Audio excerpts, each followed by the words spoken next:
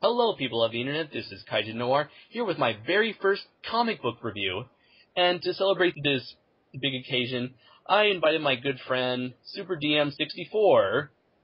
Hello, people of YouTube. And what comic are we going to be reviewing today? Well, I decided that because Bill hasn't already covered this... Yes, we beat him to the punch, people. This is the first time this has ever happened. Yeah. Stupid Bill, reviewing everything and leaving nothing for us. In fact, the last time I talked to him about it, he hadn't even read it yet, so we've cornered the market on this one. And so, yes, we are covering Godzilla Legends, the 5-issue miniseries, which, not really a miniseries, rather more of an anthology series, where each of the 5 issues focuses on a particular kaiju from the Godzilla franchise.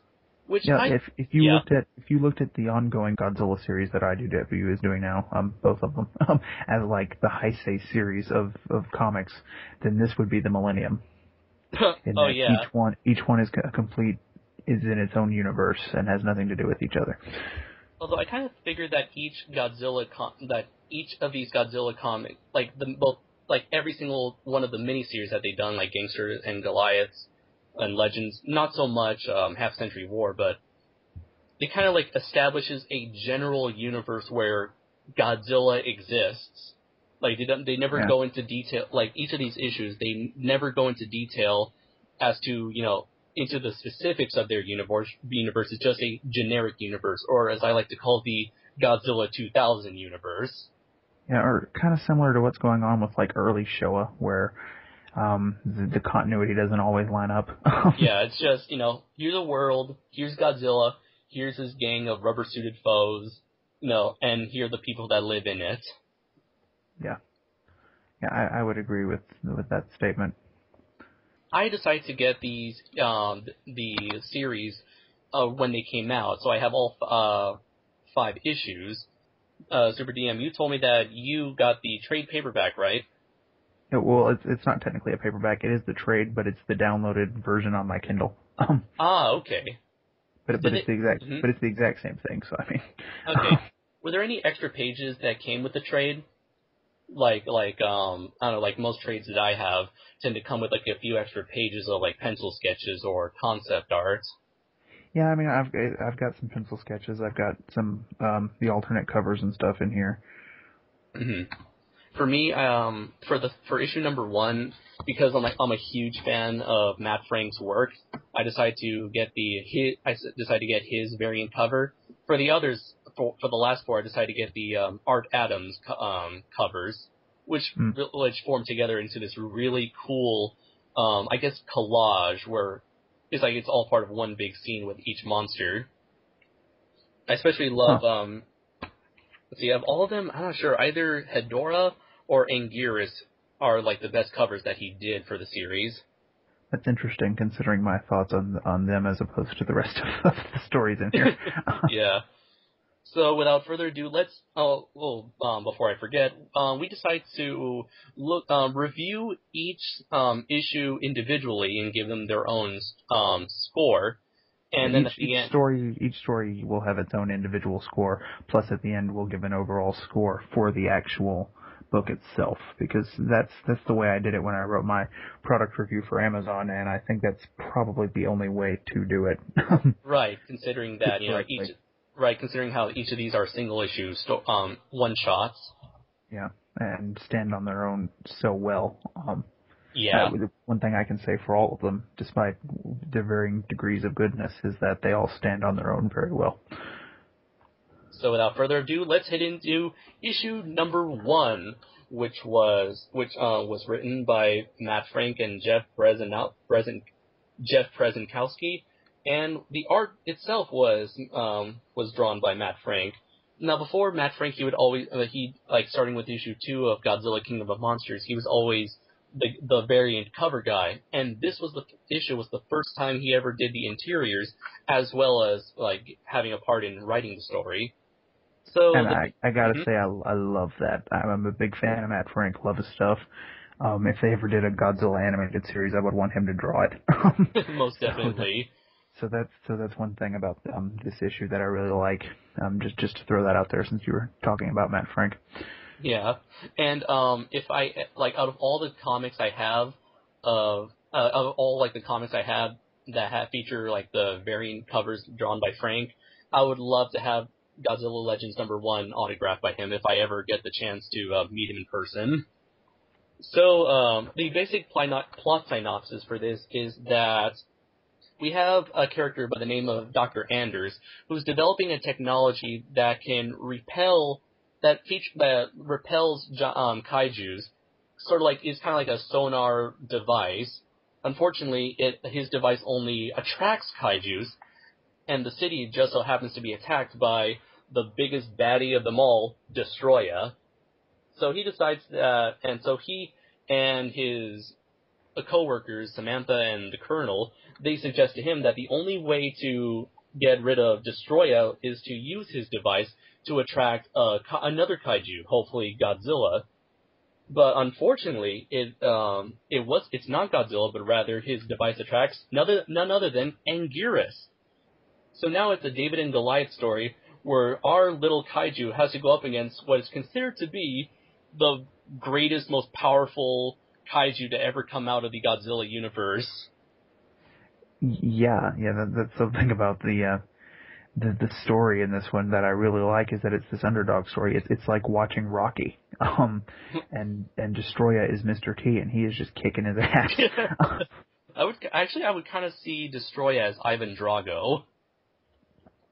You're probably right. Just like looming over Anguirus in several shots. Like they never really made Anguirus look all that small in the movies, but here it's the size difference is so great.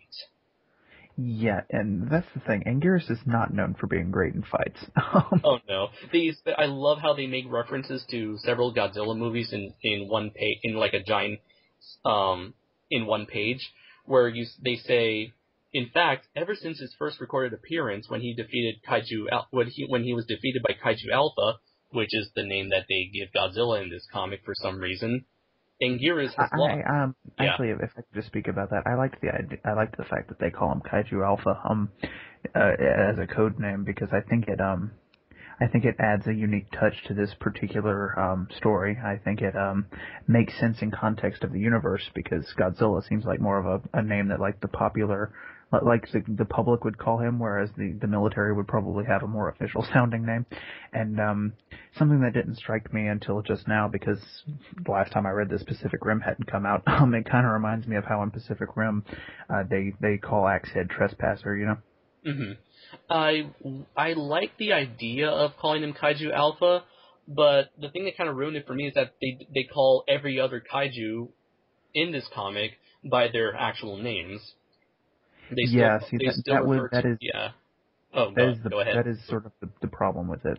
Is if they were going to do that, that's great, but they should have made code names for Anguirus and Destroya as well.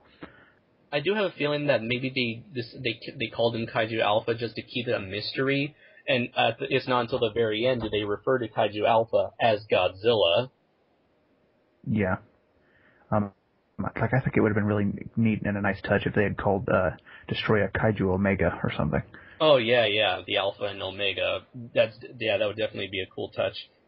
As I was saying, I really like that page where you see like flashbacks to Anguirus' previous fights, where he's getting blasted by Godzilla, a reference to Godzilla Raids Again. He's being carried into the sky by King Ghidorah, a reference to Destroy All Monsters, and he's getting punched in the face by Gigan, or slashed in the face by Gigan, a reference to Godzilla vs. Gigan. Pretty much every single one of his appearances, save for Final Wars. Yeah, they don't give him. Did he have an appearance in? Oh, Mechagodzilla, yeah. Yeah, I thought so. Yeah, although they don't bring that one up. I guess that would be because then it would just be another picture of Godzilla breaking Anguirus' jaws, and people wouldn't know that that's supposed to be Mechagodzilla. That's true, yeah. I like how they build up Anguirus as this underdog. Mm-hmm. Because again, and it's something that doesn't really hit you until you're reading the book. Because when you watch him in the movies, it's just okay, it's Anguirus. But when you read this book and you stop to think about it, yeah, he never wins these fights. He's got the worst track record of any kaiju I can think of, and so to put him up against Destroya, one of like arguably just as much of an archenemy to Godzilla as King Ghidorah. Like that level of kaiju is such an extreme juxtaposition that it creates this great. Again, it's like watching a Rocky movie. Yeah, and I like how you see Anguirus, like Rocky, he just doesn't give up. He's constantly attacking him like some little a Rottweiler. You know, he just does not give up. You know, he uses his tail. He tries to bite Anguirus.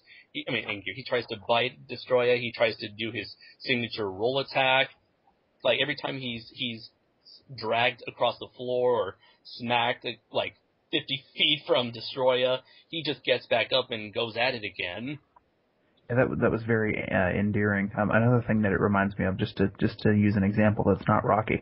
Do you remember that those old shorts that they used to have in Dexter's lab with the monkey, the superhero monkey? Oh yeah. Do you remember the one where he fought Rastlor, that thing from outer the guy from outer space that was just basically a wrestler that like came and challenged all of Earth's heroes to a fight, and he winds up conceding the fight to Monkey because Monkey just will not give up. Yeah, I think so. And that whole episode is actually a parody of a Marvel comic where a similar character called the Champion of the Universe came to Earth and had a similar experience with the Fantastic Four's The Thing. But anyway, yeah, so it's just that kind of story, you know, the underdog that is just getting his ass kicked, but you just root for him.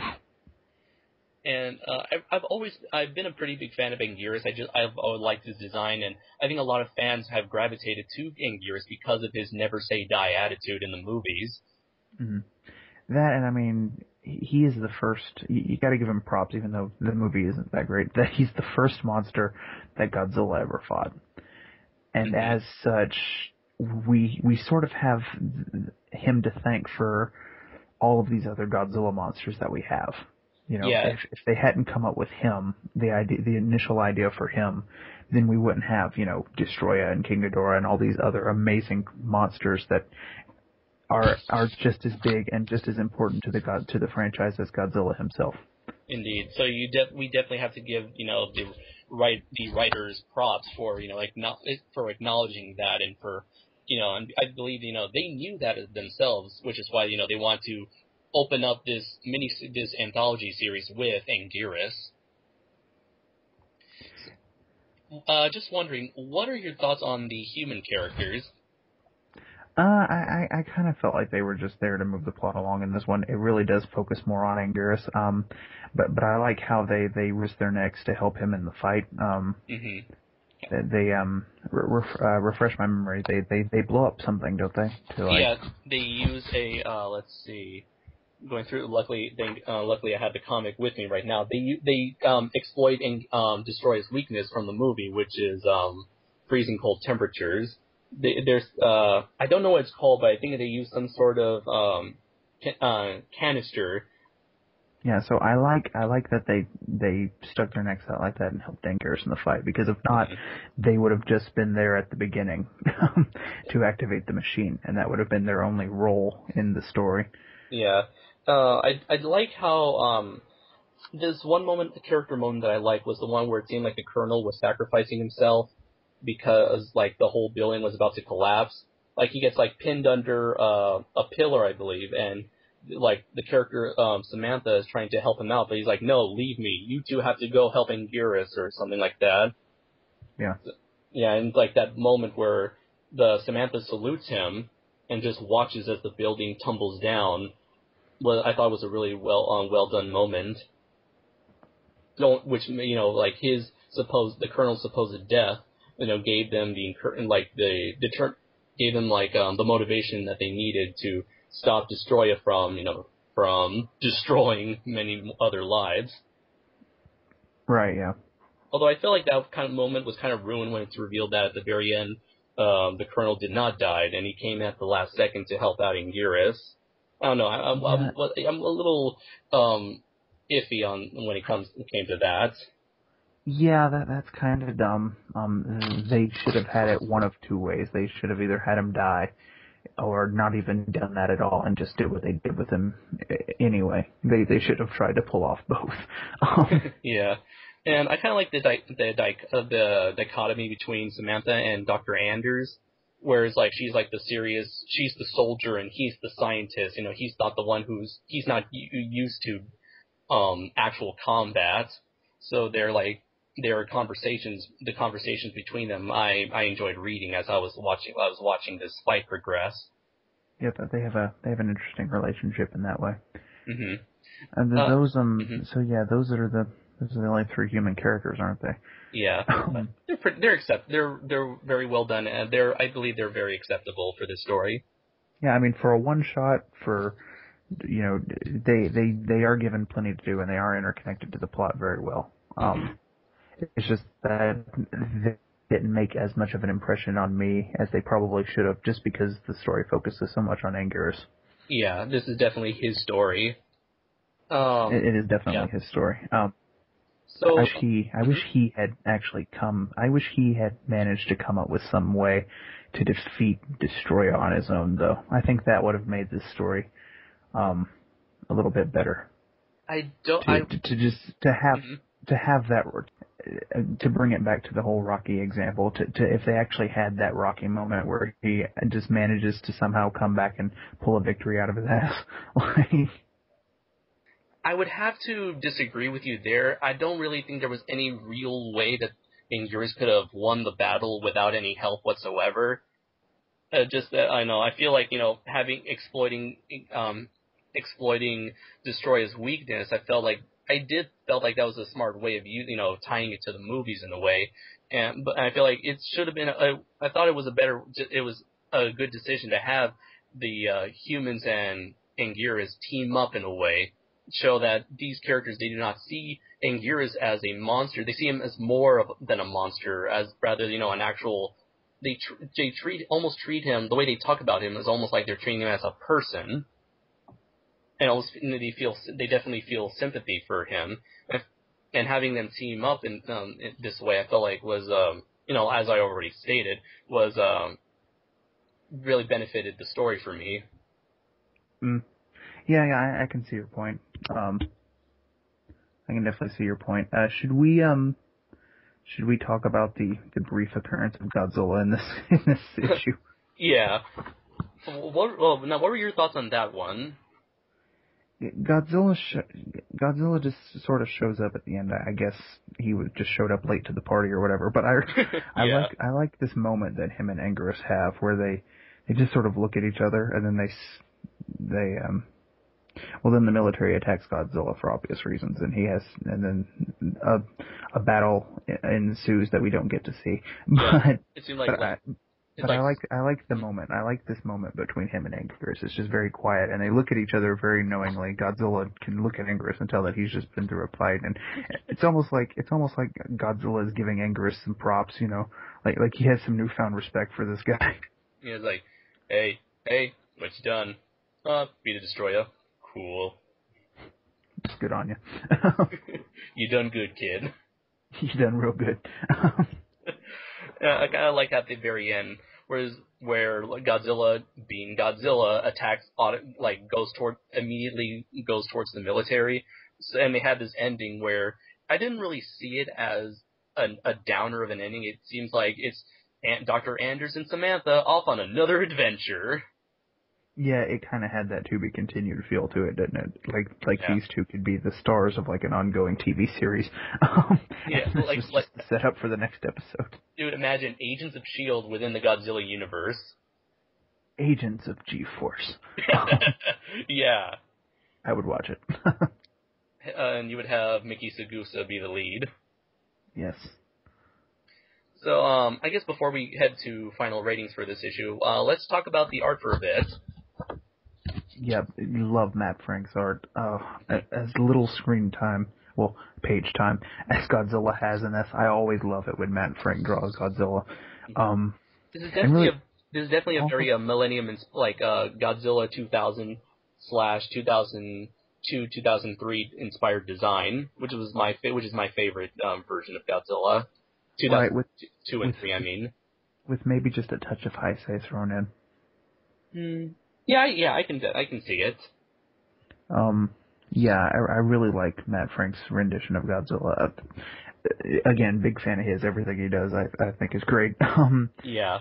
It's very clean artwork. It's very good looking artwork. It's surprisingly not the best artwork out of this series, but we'll get to that. Yeah.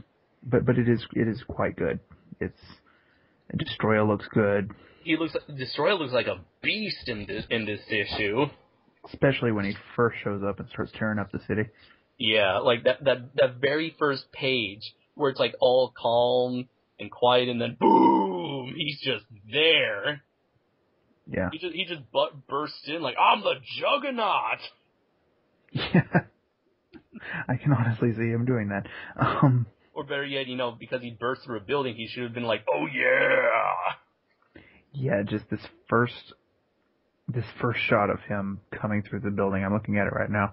Yeah. Amazing imagery right there. I never noticed this before, but he seems to have insect-like compound eyes. Yeah, I didn't notice that until just now either. Yeah. That's pretty interesting. I'm not sure if that was part of the original suit design, but I don't know. It might have interesting detail. It might have just been an idea of Matt Frank's. I don't know if those are supposed to be like insect compound eyes or if those are just supposed to be veins. If those are veins, that's pretty extreme. Well, it is Destroyer. He's all about extreme. After all, he is a 90s monster. Right. Again, him and wait, we weren't on recording when we said this, were no. we? Him and Batra, out of all the Heisei monsters, have looked the most 90s because they're all extreme looking. Extreme! And as for, finally, Anguirus, I feel like Anguirus really, the way he looks in this, comic represents, his Destroyer Monsters incarnation to a T. Right, and it also sort of helps with the theme of the piece about how he's the underdog of the story. Mm-hmm. Because he's drawn very much, again, like you said, Destroyer Monsters, he's just this classic-looking kaiju. And when you put that up against Destroyer or Matt Frank's Godzilla, he's not all that impressive or dangerous looking. Yeah, and I didn't mention this in the beginning, but Matt Frank really knows how to draw, how to make these characters look, I don't know how to say this, but like he knows how to draw these characters in which they like one looks so much larger than the other. He does not. He never forgets the fact that Anguirus is like 4 times smaller than Destroyer. The image that comes to mind the most, and it's on the page right after that image you were talking about, where it shows the scenes of him from all the different movies. Yeah. And just at the top of the page, you see Destroyer just towering over Anguirus. And then it looks like what it looks like when I look at a dog. Like that's how much bigger he is than Anguirus, and it's amazing. I love these 2 extra panels where you see Destroyer's panel is like, who's this? And then you see Anguirus, he's like, bring it. Yeah. And then he just charges at him, and then the first thing Destroyer does in this fight is just kick him in the face. Like pretty much, like kind of like almost the way he like kicks him is almost like kicking a kid kicking a can. A little bit. Or kicking a rock. And what do you think of Matt Frank's human characters? The way they look? Yeah. I like it. I feel like he's much better at drawing monsters than he is with humans. I mean, they look very passable, but the thing that kind of bothers me are their eyes. I feel like their eyes are a bit too shiny.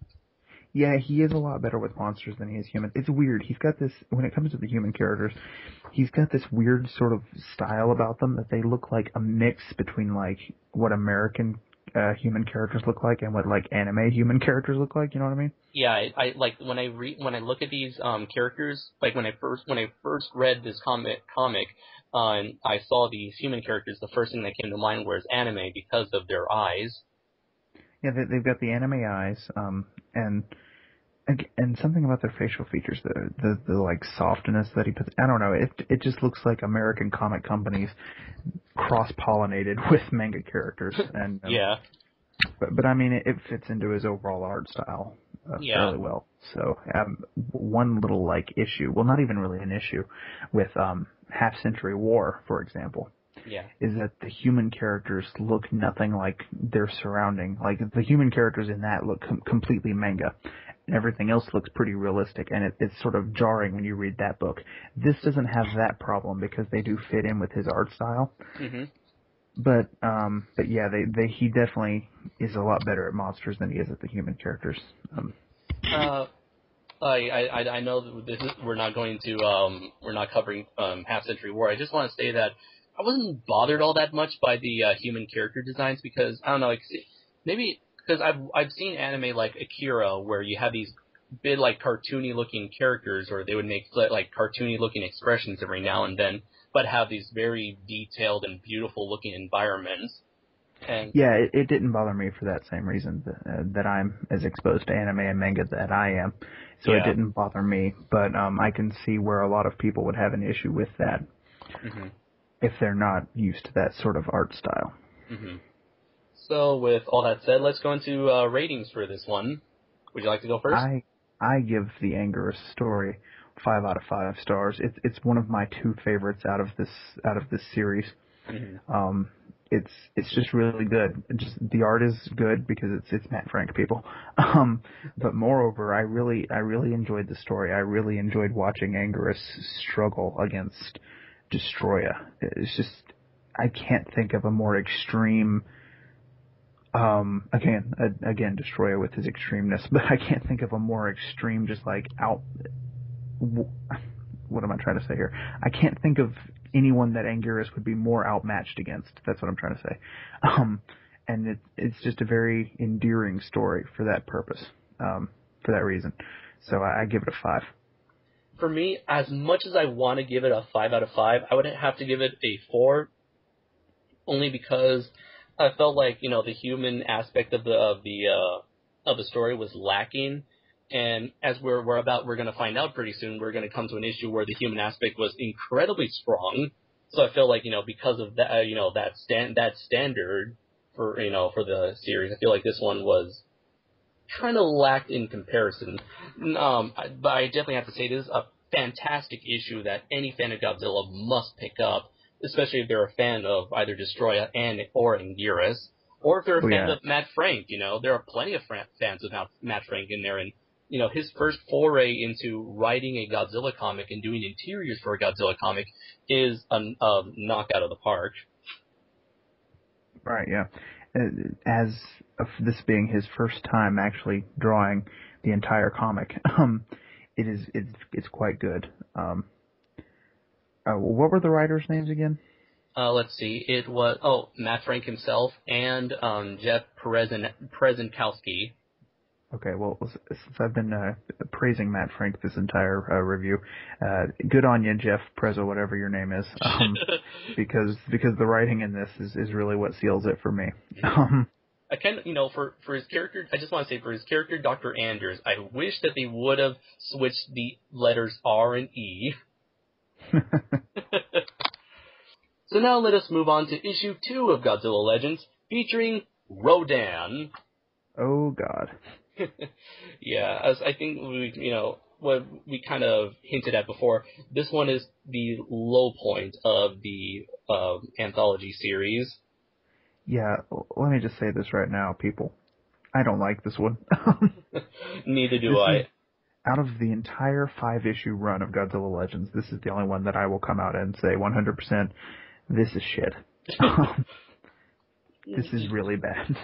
And I was kind of not enjoying it, but I was it kept my interest throughout the whole thing. But well, I guess I'll go into that after this quick plot synopsis.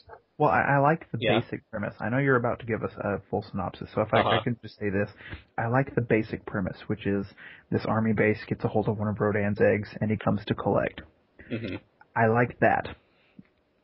But the execution is just terrible. So for issue 2, written by John Bankin and drawn by Simon Gain, the issue takes place in an American military base established in Japan. It starts out in 2007, where a bunch of military personnel are transporting a giant egg. They immediately find out that it belongs to Rodan, as Rodan quickly attacks said base. Unfortunately, for Rodan, it was unable to obtain the egg as it was quickly hidden within the base. We cut to 2011, which is the year that all these comics came out, where we are introduced to a kid and his dad. The kid is named Ethan, and his father works as a scientist who studies the egg in the military base. The kid is bullied mostly for being an American who has not been able to fit into this Japanese society. And because apparently Japanese are incredibly racist. hey, remember that those images I showed you of the Mobile Fighter G Gundam? Oh yeah, that's true. Yeah, okay. This might be a blanket statement, but I think Japanese people might be incredibly racist. And I'm from the South, so. I don't think it's not that they're racist. It's just that they do not care. Right. I think that's probably it. It's like, what? This isn't offensive. We'll just call our Mexican Gundam the Tequila Gundam. It's okay. There's nothing wrong with this design. Racism, what is that? So, anyways, with the story, you have the military base, which is planning on disposing the egg because since 2007 they weren't able to get that much information out of it. So the dad decides to steal the egg in order to prevent its destruction.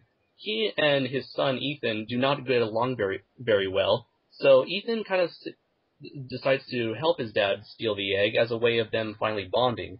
Unfortunately, they are still very distant. So Ethan decides to take the egg to school just so that he can lure Rodan to kill all the people that he hates. Yeah. This is the first problem with this story that I will point out. The writing. None of the human characters in this story are likable at all. They're all complete a-holes. In the last story, the human, it was lacking a little bit on the human front, but they were passable enough for what they had to do because that was a story that was based around the monsters. Mm-hmm. This is a story that relies very heavily on its human cast because the monsters are basically in it to explore the themes that they're going with the human characters. This whole idea of this dad and this son that are not very close. Mm-hmm. And how they grow apart to the point where the kid runs away with a giant pterodactyl.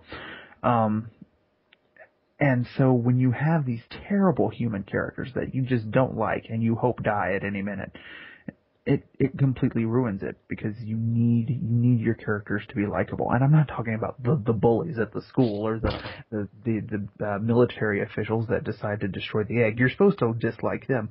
But the dad and the kid, they're not likable. They're not likable at all. They're terrible, terrible people. And they're unrelatable. They are completely unrelatable. Okay, everybody's been bullied. Nobody has ever taken a pterodactyl egg to school and try and murder their bullies. Although there sadly have been real-life occasions where people try to dispose of people they do not like in school. Yeah, but they don't have to take out the whole freaking school to do it. Well, some people, Super DM64, just want to watch the world burn. Yeah, this kid is one of those kids. This kid is the Joker. This kid's gonna run off and become an international criminal, and all of his crimes are gonna be kaiju based. He's gonna be the King Kong escapes Doctor Who of this universe. Although I really hate that ending where he just flies off with Rodan and it's okay. I just have to ask, this is the first time where we have a baby Rodan in this Godzilla franchise. So does that make Rodan a female? Well, in the original Rodan movie, they established that there are two Rodans in that movie, a male and a female. So it's possible that it is the female. It's also possible that maybe the female is dead and the male is protecting the egg. Because we know that Rodan is a very gender-neutral kaiju? Paternal figure.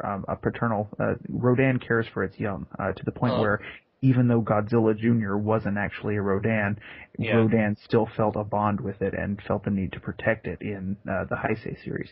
The Rodans, that's a terrible word, Rodans. The Rodans is. The Rodanses are, as a species, seem to be very watchful of their young. They're very good parents, and so that's just a part of the character. So it is possible that it could be a female Rodan, but it could also just be a father Rodan protecting its egg. Okay, so back to what I was saying. When you have the Rodan, the kid just flying off, having Rodan kill everyone and then flying off with it, and it's young, kind of felt like a very juvenile way to end the story, because it kind of seemed like this writer was bullied a lot as a kid and always fantasized of getting revenge on everyone who bullied him, and he's taking out all his anger on this book. Yeah, every kaiju fan when they were 5 probably had this fantasy of having a pet kaiju that they could sick on people that they didn't like. Yeah, it's a cool fantasy, but doesn't make for a cool story. Yeah, there's a reason that 5-year-olds don't write comic books. If you're gonna have that kind of thing happen, fine, it can work, but you need consequences for it. There are no consequences here. This kid flies off into the wild blue yonder atop a giant pterodactyl. Who knows? Maybe Rodan or the baby ends up eating him. I hope so. I hope they take him back to their nest and Jurassic Park 3, go all Jurassic Park 3 on him. I hope that's what happens. Yeah. So, yeah, there's not really much of these characters. I think that we've said all that we could say for them. Unless there's anything else you'd like to add or like to bring up. Nope, that's about it. The characters are terrible. There's no consequences for the kid's actions, and there really, really, really should be. The dad he's just a bad father. Oh, I just realized that, it's kind of like working that stereotype of the father who is, puts too much of his time into his work and not enough time on the kid. Which is fine. That's very relatable. That's a very relatable thing. Mm-hmm. But because of the way they're written, it's hard to explain without actually reading it to the audience. With the way that they're written, they all come off like unlikable douchebags. Like you can do the whole workaholic dad thing and still make him a likable character. They do it in Hollywood all the time. And he definitely he flat out says, well, not flat out, but he says that he cares a lot about that egg, so he's like, God, why do you care so much about this egg as opposed to your bullied son? And I'm looking at this one panel where he says, Ethan, I will never leave that egg. Never! Do you understand me? Nothing will happen to the egg as long as I am here. Yeah, that's the other thing. He's so caught up in his work and he's so caught up on this egg that this egg really becomes his child. And to the point where he neglects the other child, the actual human child, for the egg. It could be and that's a problem. That is a problem. It could be possible that they're trying to draw parallels between Rodan and his father, where Rodan is a monster but is willing to adopt both its young and the Ethan, whereas the father, takes care of one but not the other, trying to say that a monster is, more capable of showing love and affection as opposed to an actual human person. That's probably what they were going for, I would say. Again, the problem is, and it would be great if the dad was written more likably, and that's how they did it, because then that would make the ending where the kid flies off with Rodan more tragic, which I think is what they were going for. It's just it's a good theme, it's a good idea, it's just not executed to its best. And again, the other problem with it is that they make the kid such an asshole. Oh, and this one thing, and before I mentioned that, the kid was not, he was bullied because he was an American in a Japanese, school. But I'm looking at this panel, he's saying, he's bullied by American kids as well, not because, not only is he not Japanese, but he's not military. So, being the son of a scientist, he's the kid that doesn't fit into neither group. So being the son of a scientist automatically, excludes you from the entire school, all of the school cliques? apparently, racial segregation amongst children is something that actually happens. Hmm. Um, Yeah, your totally. your dad has a different job than mine, therefore I hate you, is not something that you see very often. Yeah. How dare your dad has a better paying job than my dad, and How actually does. dare how Yeah. dare your dad go to college for many years as opposed to enlisting right out of high school? So yeah. Okay. So we've talked about the story and the characters. Let's talk a bit about the artwork, which we have quite a lot to say about this issue. The artwork is terrible. I don't like this artist. I don't like him at all. He's the exact opposite of Matt Frank. he in my product review that I wrote for Amazon, Hmm. I had this to say about the art, specifically about Rodan. I said that Rodan looked like, quote, some sort of cancerous Muppet, or an only slightly better looking version of the giant claw. And I think I was being generous in that description. I think the giant claw might look better. Rodan is hideous in this book, He looks which yellow. which is sad because he, again, cancerous Muppet. He looks like his body is just covered in tumors for some reason. I mean, what makes it worse is that when you look at the cover for the book, they have a different picture of Rodan done by a different artist, and it Yeah. looks pretty freaking good. Yeah, it almost looks like if Alex Ross drew it. Yeah, it's that good. And then you open up the book, and it's it's such a jarring step down. It's Yeah, I mean, even like if you look at Art Adams' alternate cover, it features the Showa Rodan, which looks magnificent. He has his wings; they're almost like a flowing cape. He has his the armor on his chest almost looks like samurai armor sort of way. It just looks very beautiful and elegant, or majestic and elegant. But then you look at the splash page with Simon Gaines Rodan, it's just like, ugh. Yeah, that's the problem. It feels like he's trying to go gritty with his artwork, and you can do gritty. You can do gritty very well. Not to keep going back to Half Century War, but that's an example of a book that uses some gritty artwork to good effect. In this, it's not used correctly at all. What's sad is that if you look at technically it's the third page that features Rodan. There's this close up of Rodan's face, and it looks like they're trying to make his face look very scaly, but it just comes off as his face is composed of several polygons. Yeah, and also there's this weird thing where I don't know, maybe I was just imagining this, but there's this weird thing where sometimes I can't tell what direction his horns are supposed to be pointing. You know what I mean? Oh yeah, I can see that. And I think it's just because he has that one horn in the middle of his head that points a different direction than the other ones. But Hmm. sometimes I don't know. It's weird. Rodan just looks bad and weird in this in this book. And the baby isn't all that nice looking either. I mean, in He what very few pages, what very few panel time it has, it lacks detail, and that moment where it bursts out the egg, it's like this weird disgusting look. It doesn't even look like a pteranodon; it just looks like some disgusting creature from an aliens movie. the only other problem. I mean, the only good thing I can say about this book in terms of the way it looks, and this isn't even really an artwork thing as much as it is page layout, Hmm. is that the action scenes when Rodan is attacking the army base are very good. Um, Yeah, I'd say that. there Although, there are some great shots of him um, great 2-page spread of him roaring into the air as all these tanks and stuff are just firing at him, and you see these dead soldiers lying around. mhm. Just really great shots like that. my But biggest the artwork mhm. itself is so bad that it doesn't really matter.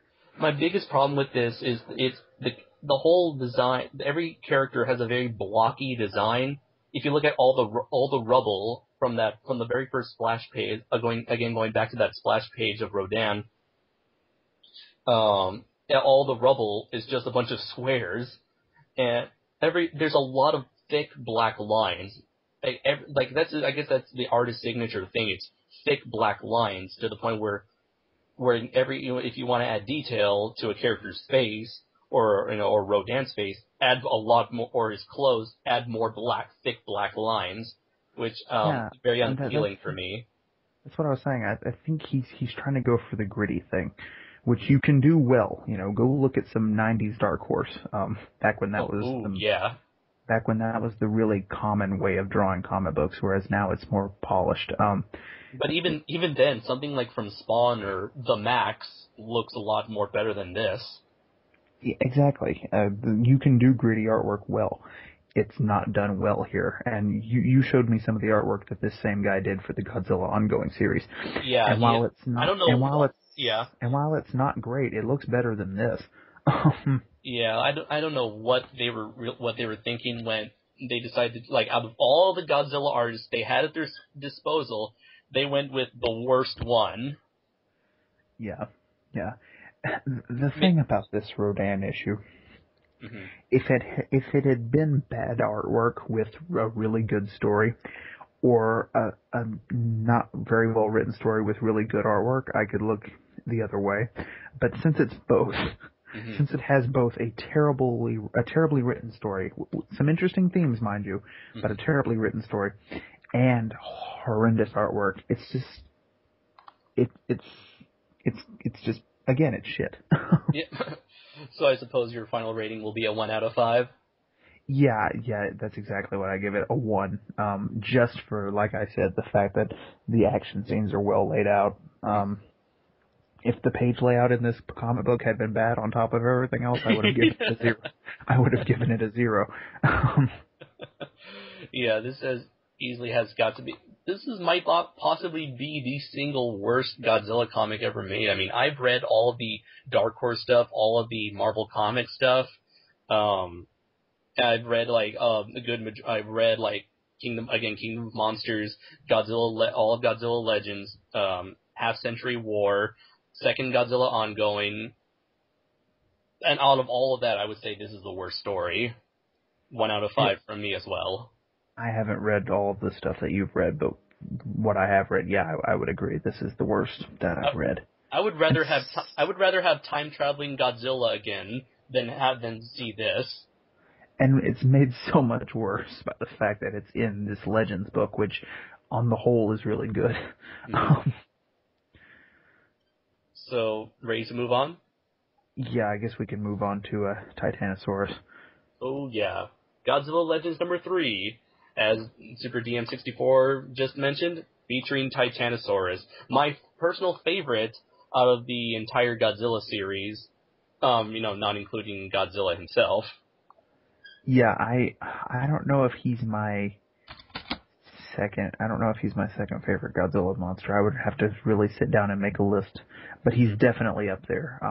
Because I grew up with Terror of Mechagodzilla, loved me some Titanosaurus. Terror of Mechagodzilla, by the way, being my favorite Showa film aside from the original. Obviously 54 is always at the top of the list. Yeah. But Titanosaurus, I don't know what it is about Titanosaurus. I just love the heck out of him. They need to use him more often. Oh, totally. I love its it has obviously a very aquatic design, and I've always taken a liking to aquatic based kaijus. Maybe it's because I've had a long history with swimming that I took a liking more to this to Titanosaurus, and I love its very vibrant, standout colors. And I love its roar. I mean, I know people have issues with the roar, but I love its roar. It sounds like a maniacal cackle, almost like if they took Skeletor's laugh and made it into a roar, it's Titanosaurus. Yeah, I would agree. I really love his roar as well. I love his design. You know what I would do with Titanosaurus, just to go on a bit of a rant? They've tried to have other monsters be like a natural enemy to Godzilla. They did this with Anguirus in Rodan. In Raids Again. Rodan. They did this with even Mothra. Kong and King Kong. Yeah, Mothra. Even King Kong versus Godzilla, where the explanation for why they're fighting is they're natural enemies. I would have that with Godzilla and Titanosaurus. You explain that the Titanosaurus and the Godzillosaurus species were natural enemies. Ooh, I love that idea. I think it could really work. I picture a scene, because this was kind of the inspiration for this. I pictured the scene from Jurassic Park 3 where the Yeah. T-Rex and the Spinosaurus are fighting, only Yeah. instead of a T-Rex and a Spinosaurus, it's Godzillasaurus and a Titanosaurus. Nice. So yeah, I that's what I would do. They better get Titanosaurus for the sequel to Legendary's Godzilla. I bet you Titanosaurus isn't all that expensive compared to someone like Rodan, a kaiju like Rodan. Yeah, and for a serious grounded series like what the Legendary looks like it's going to be, Titanosaurus is not that out there a concept. Mm-hmm. As long as you can accept the fact of giant dinosaur, and you're going to have to for Godzilla anyway. Yeah. So let's get on to the plot synopsis. So with issue 3, written by Mike Raich, or Ratch, and art by Tony Parker, you have this kid named Tristan, who was born with telekinetic powers. He's able to read other people's minds. And he's basically Professor X. Yeah, it's Professor X, the teenage years. And he is approached by another psychic. And who is this psychic? None other than Miki Sugusa from the Heisei Godzilla series. The only Godzilla movie character that actually shows up in the comics that I'm aware of. And she approaches Tristan's parents and tells them that she gives them the opportunity to have Tristan attend a special academy that recruits telepathically gifted children in order for them to be able to study the kaijus for the government. So we have the majority of this issue focuses on Tristan, dealing with the situation given to him, where he's introduced to this incredibly out there world. The fact that he's getting involved with this government and super science and giant monsters while still retaining, a sense of who he is. Eventually the stress gets to him, and he ends up accidentally somehow forming a psychic link with the title kaiju Titanosaurus. And I would go further. However, this story is so good that I'm not going to spoil the very end. We decided that we were not going to spoil this one for you guys. If you want to know how this story ends, and it's a cliffhanger actually, so the fact that we're doing this is very fitting. If you want to know how it ends, you have to go read the book. I know I made the joke earlier about him being Professor X. Really, Mickey is more of the Professor X character in this story, and he's more of a Katsura from Terror of Mechagodzilla. oh yeah, totally. And the fact that they're trying to recruit all these kids into a school, it's X-Men in the Godzilla series. It Genius really is. concept. As an X-Men fan, I approve. And that's the thing I love about this anthology series, is that they're able to take this general Godzilla universe where it's just a basic universe where Godzilla exists and all these monsters, and they're able to take that basic setting and go off in directions that no one has ever taken before. Yeah, that's also something that I really like about it. I hate the fact that Legends is only a 5-part series. I would love for this to be an ongoing thing where every month they did a different Godzilla one-shot. Because doing Godzilla one-shots is such a great idea. There are so many different directions you can... The Godzilla universe is a universe that you can basically take and mold into pretty much anything you want, really. I mean, the possibilities are endless once you have giant radioactive dinosaurs. You got giant robots. Yeah, I mean, you can do anything just about with the Godzilla universe, as long as you don't do what 98 did. Now, do you think superheroes would work in the Godzilla universe? Like, let's say you have a character who develops Iron Man suit using the technology used for Mechagodzilla. I think it could be done. I think it would have to be done in a way that connects his powers directly to the kaiju. Like he would have to be like a Power Rangers type figure. Or what if he had like an Ultraman figure in this? Yeah, or what if he was basically Jet Jaguar, except instead of a robot, he was a guy in a suit. Or rather, King Kong in a giant robot suit. Oh yes, fighting demons from outer space.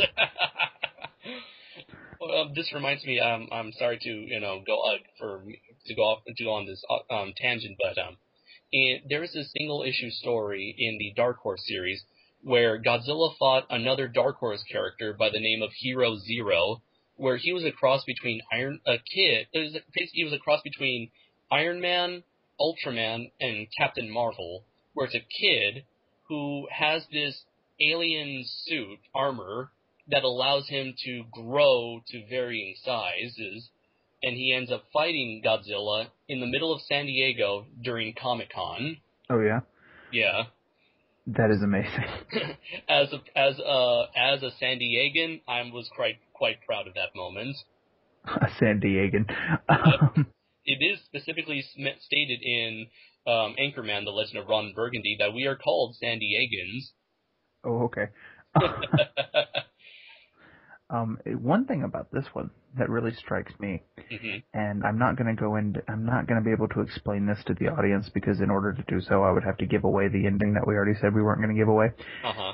But at the beginning of this story, it feels very much like a Heisei or Millennium story. But as you read on, it really strikes a very delicate balance between Heisei and Showa. Especially with the plot twist at the end that I'm not going to give away. Yeah. And I really like, it felt very real in a way. The characters, their actions, their reactions. Oh yeah, the characters in this story are the exact polar opposite of the ones we got in the Rodan story. Yeah. These people are likable, they're relatable, they have good motivations. You feel for Tristan when he's going through this emotional turmoil that leads him to accidentally destroy a city. Yeah. Just all the characters are very good in that way. And I really love this bond that Tristan and Mickey form. It's almost like a younger brother, older sister sort of thing going on. And I like how Mickey, she's the way she's portrayed, she's like she's a character who has already dealt with these sort of with kaijus before. It seemed like apparently multiple times. You could say that this could be a sequel to the Heisei series, considering like how well experienced she is in this. Other than the tonal things that I was talking about, where it feels kind of like a mix between Heisei and Showa. Yeah, it very much feels that way because obviously they're drawing a parallel between the psychic connection that Tristan has with Titanosaurus and the psychic connection that Mickey had with Godzilla in the movies. Oh yeah, most definitely. And I remember when I mentioned it could be a sequel to the Heisei series. There's this one panel where the head of this academy says the following: Mickey, like all of you, she was able to use her talents in order to communicate with one of the monsters, the one called Godzilla. With some help, disaster was averted. We hope should the need arise, she can do it again. And he also, in the background, you see Godzilla, Heisei Rodan, King Ghidorah, Heisei Mothra, and Destroya. If you had Biollante and Space Godzilla in there, you basically have the entire set of Heisei movies. Yeah, I really like that image. There's some great imagery in this. Again, something I can't explain because it would give away the ending. Yeah. There's a 2-page spread at the end of this issue that is possibly the greatest thing ever. Most likely. And again, I can't describe it, and that pains me so bad. But just believe me, people. Go read it. For all of you guys who have yet to read Godzilla Legends, do it right now, if only for issue number 3. Yes, we're talking to you, Bill. Yeah, Bill, go read this. What's wrong with you? Yeah, I would have thought that you would have already reviewed this by now. So let's get into the art, shall we? Yeah, the art. You know what's weird about the art in this book? Is that the humans, or everything in this book is drawn in a very modern sort of style, very sort of similar to, sort of similar to what Matt Frank does in his artwork, but not quite. But they've got that sort of modern, like, polished look to them.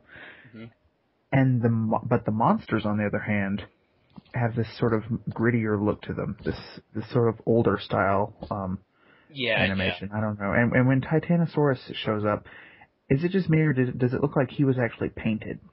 Oh yeah, it definitely looks painted. He definitely has that painted look. Although in some cases it kind of looks a bit pixelated because you have these blotches of red and black and brown all mixed swirled Yeah, together. I'm thinking it's probably the best of both worlds. I'm thinking he was painted in the computer. And um, I really love Titanosaurus's eyes. yeah, the reptilian eyes and the shininess of them.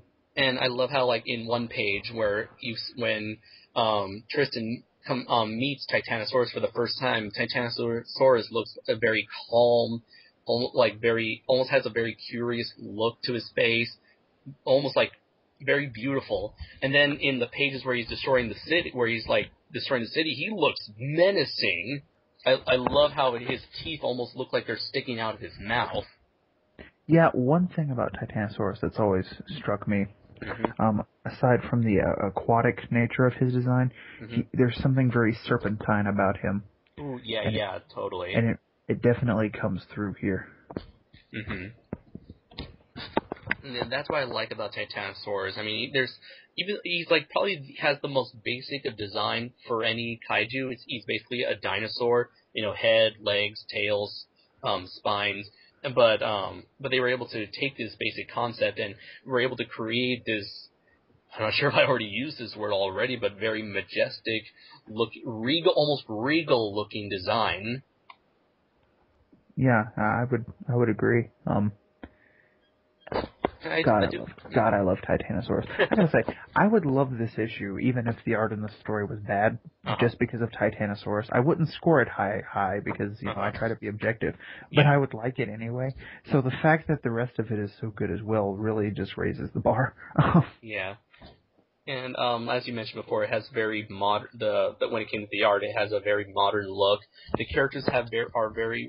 I feel like they're more realistically drawn here than in Matt Frank's issue, and everything about it works in a way where like nothing really sticks out to you, like when it came such as the issues that you had with Half Century War. Everything just looks like it fits in this world that they build. Yeah. So you're ready for final thoughts? Yeah, I mean overall it's just really good. The art's good, the story's good. I don't know though, for some reason, and when I read Legends, I went into it expecting this one to be my favorite one. Mm-hmm. The fact that it ends on a cliffhanger just kind of pisses me off. Yeah. To the point where it becomes a problem because this should be the beginning of a story arc. I would love to see this expanded into a story arc. The guy who wrote it has said that he would like to do a story arc. IDW, what are you doing? What are you doing with Rulers of Earth? Make a story out of this one. Do both. Have the next miniseries be about Titanosaurus. I don't care about Godzilla at this point. The story is that great. Yeah, I mean, it's amazing, you guys. And for that reason, it kind of cheapens it a little bit to the point where I can't give it a 5. And for that reason, I'm going to give it a 4, maybe 4.5. And it pains me so much to say that because I love this story. It's the most over the top of all the Legends stuff. Easily. And I love that about it. So much so that we're not spoiling anything, which is saying something. I just wish there was a follow up to it. It was like I wanted to keep reading and I couldn't. When I reading this again, I couldn't help but feel cheated when like how you felt when there was a cliffhanger, so it feels like you're getting an incomplete story.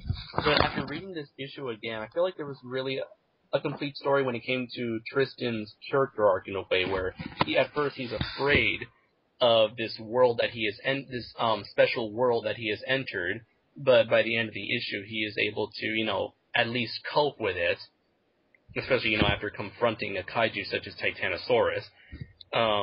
With that out of the way, yes, this is a fantastic story. The art is great, the characters are great, the story is great. and I am willing to give it a 5 out of 5. Yeah, I mean, I'm with you. It's just I think the whole cliffhanger thing bothered me a little bit more than it did you, and so Uh-huh. and it pains me that I have to take points away from Titanosaurus, man. Right now in some alternate universe where Titanosaurus exists, he suddenly feels sad but doesn't know why. I'm not even really taking that half a point to a point away from a Titanosaurus. I'm really taking it away from IDW for not turning this into a series. Or the beginning of just a small mini-series. You could do a 4-issue thing out of this very easily. Mm-hmm. So yeah.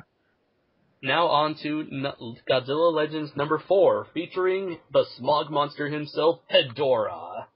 Hey, can I just say, I love the title of this issue. It is called... Oh, yes, Smog It of is called War. Smog of War.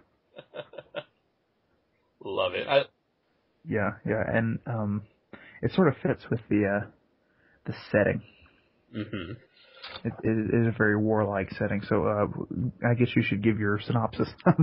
So for this issue, which was written by Chris Mallory, who I believe is the guy who's in charge of supervising all these IDW Godzilla comics, and drawn by E.J. Sue. It's out of all the issues, it kind of has the most basic story, where you have this crew of the Heisei Mechagodzilla. They're investigating a situation in China, and once they land, they are immediately attacked by the smog monster. So by the time they begin their fight, Godzilla enters the fray and brings in a whole new level of chaos and destruction. So now the Mechagodzilla crew have to find a way to deal with both kaijus as they are defending China. Mm-hmm. First thing I want to say about this. I love the art in this book. Oh my god. This book is beautiful. Just beautiful. It makes I hate to go back to Rodan, but it makes Rodan look all the worse. Like it makes Rodan look like chicken scratch. Exactly. The worst thing about Rodan isn't the fact that it's so bad, it's that it's so bad and it's surrounded by all this other stuff that's so good. Because the art in this is just simply beautiful. I don't know if it's obviously there had to have been some sort of computer techniques used to enhance the art in this. There's no way that this was done completely by hand. And maybe it was. Maybe I'm incorrect. Maybe it was. In which case, that's even more impressive. I think a lot of comic book artists, they now draw their comics digitally. Like they have a digital paint board or whatever it's called, but you get sort of like a technology where they have like a pen and an electronic screen, and they draw on the electronic screen, and they're able to do whatever they want. Yeah, most likely. It looks really good. Mm-hmm. It looks fantastic. I don't know what else I can say about it. You see Hedorah looks like liquid. You see Mechagodzilla looks like metal. You see Godzilla, he looks scaly and almost like he looks almost unnatural looking. I'm not going to call the art in this book perfect because I don't believe in perfect, but it's damn near close. I love how every single one of the explosions and laser beams and flashes look very bright, as opposed to the entire the background is very dark and varying shades of black and brown, but then you have these rocket jets or Godzilla's atomic breath, which is just pops out all the more. All the special effects in this thing look amazing. It looks like they took actual E.G. Sabraya effects and photoshopped it into their comic book. Yeah. That's how good this thing is. Everything about the way this book looks is just absolutely gorgeous.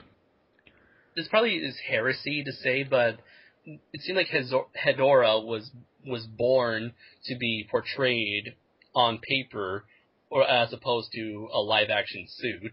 Being looking at looking at the fact that he's like a liquid monster. Yeah, that is the thing. With this, Hedorah works. I would agree. He works better as something other than live action. I mean, in some sort of animated form, because like Hedorah is one kaiju that I think is one of the few examples where he would look better in CG because, well, maybe not better, but he would work better in CG. He wouldn't look better. He would work better because you can get more creative with his powers. Yeah, they definitely take full advantage of that in this comic. Oh yeah. They take full advantage of the fact that Hedorah is a blob, that he is gelatinous, and that he doesn't have any set body shape. And he uses that to his advantage in the fight. I love this one panel where he's just Hedorah swinging his arm into Godzilla. The way he's swinging his arm, he's like leaving a trail of his own substance as his arm hits Godzilla. Yeah, the panel that I really love. There's a point in the fight where Hedorah covers Godzilla. Like he's not actually fighting him. He covers his body.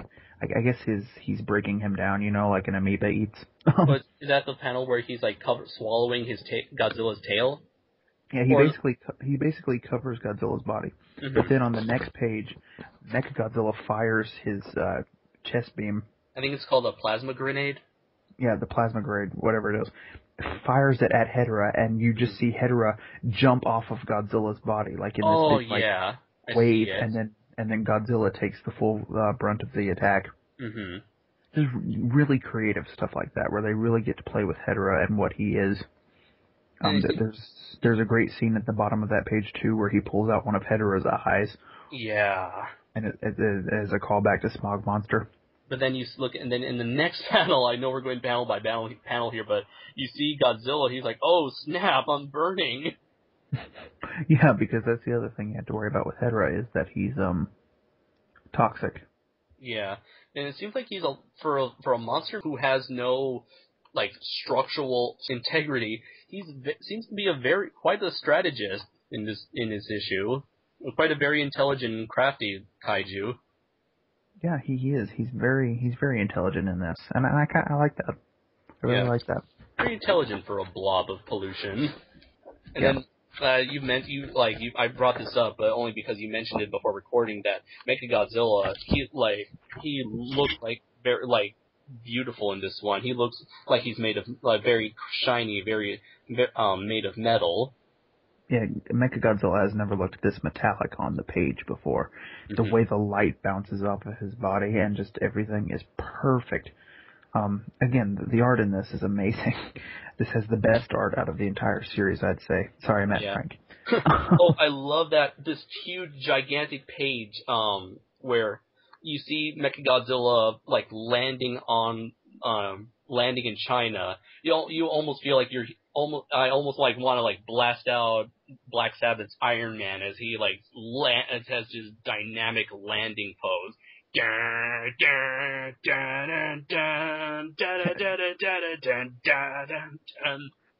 It's funny you say that because there's a scene in this very similar to Iron Man where he flies up into the atmosphere so that Hedorah freezes. Kind of like the icing problem scene from Iron Man. Anyway, Oh yeah, I'm totally seeing. But the other thing is when that page you were just mentioning, where it's just a whole page and all you see is Mechagodzilla landing, you really feel the weight. You feel like there's a giant robot landing on the ground. Just looking at that panel. The other one that's really cool is the very last page of the comic book. Oh yeah, I totally love that page. You see all these little pieces of Hedorah swimming away, obviously implying that he's going to reconstitute himself. Maybe even that there'll be more than one because they're swimming off in different directions. And in the middle of the page, you just see Hedorah's eye. His one distinct feature, is a perfect way to end this comic. It's just it's a beautiful image. The whole book's beautiful. We've been talking about the art this whole time. In terms of writing, it's very basic. I mean, I guess the writing itself, I guess when you're writing a comic, you are actually, you're detailing everything that's happening. So in terms of the fights were well. I guess you can say that the fights were well written and well choreographed. Because I know that the artist, when writing a comic, the writer is writing out suggestions for the artist to create. Right, yeah. Well, here's the thing. This is a very simple story. It's not meant to be the sort of comic that makes you think. It's not meant to be a great story like the Titanosaurus one or the Anguirus. It's like the final wars of this collection, really. It's a fight scene, and that's what you're here for. Yeah, and it's especially a fight Yet, scene involving two. yet, Hmm. Yet, even though it is just a big fight scene, basically, they actually also do manage to weave in some character stuff because the pilot, the main pilot of Mechagodzilla, Hmm. wants nothing more than to go after Godzilla, like after the Hedorah threat is over. He wants to defeat Godzilla, but he decides to let him go. Hmm. Almost like And a mutual respect sort of thing. it's this great thing where he would like to go after God. I'm trying to find the exact page so I can get a quote. But Hmm. he makes the conscientious decision to let Godzilla go off as opposed to pursuing him. Hmm. Oh, I think it's right here where it's like, we'll defeat Godzilla soon enough. We beat the smog monster on our own. Who knows what else may be out there? Maybe it's not the right one. He doesn't specifically state it, but it's just It's one panel where, yeah, Godzilla's it's walking on his own. yeah, okay. He doesn't specifically come out and state it, but it's just something that you get when you read this character. So yeah, even though it is basically just a fight scene and it's a very basic story, there is some character stuff here, and there are themes to it, and that's very impressive. So I give the writing in this one a thumbs up. Again, it's not as well written as Titanosaurus or Anguirus, obviously, but Yeah. that's not the point. Yeah, I totally agree with you there. I mean, I don't feel like there's much that I can add to what, to what you've already said. The writing It is would not... be Hmm. to take points off for the writing in this comic Hmm. would be like taking points off of a horror movie for not being funny. That's not the point. Although I guess my only complaint is we don't really get that much characterization out of the other four Mechagodzilla pilots. But then That's again, the that same is was true. the That is same. true, but it's Mhm. kind of like he's the Captain Kirk. They're just the red shirts, you know. Yeah, although it would have been nice to have at least a Spock or a Bones in there. Yeah, we did need a Spock or a Bone Dog. Imagine you just have like one guy in there, like that is completely illogical, Captain. We're gonna let Godzilla go. That's highly illogical. We still have enough battery power. Or what would be a situation where one of the characters says like, or like, No, you hey, just what's the situation on Godzilla there? He looks pretty sick. Damn it, I'm a pilot, not a doctor. yeah. I just realized that on the page, on the panel where Godzilla is walking away into the sunset, on the very corner, there's a cat right there. I have a feeling that that cat might have been a reference to the cat from Godzilla vs. Hedorah. Oh, I'm certain it was. I'm certain it was. I can't believe I just noticed that like just now. I'm like, wow, they actually went and did that. Yeah, I'm sure that was a reference to that. It could also be a sort of a thematic thing. Um, because you've got this cat just sort of over there nonchalantly licking his paw as Godzilla goes off into the harbor. Kind of a thematic way of showing that, that the threat is momentarily over and Hmm. that life will return to normal as per usual. I like that. So you ready for your rating? Yes. Again, I'm not going to take points off for the writing because the writing isn't the point, and it is well written what we get. The main thing here, it is a fight scene, and it is a beautiful fight scene. The artwork, as I've said again and again and again, is spectacular, and the choreography is quite good. So I mean, I enjoyed this all around. I'm giving it a 5. Hmm. It's that good. For me, I would have to give it a 4.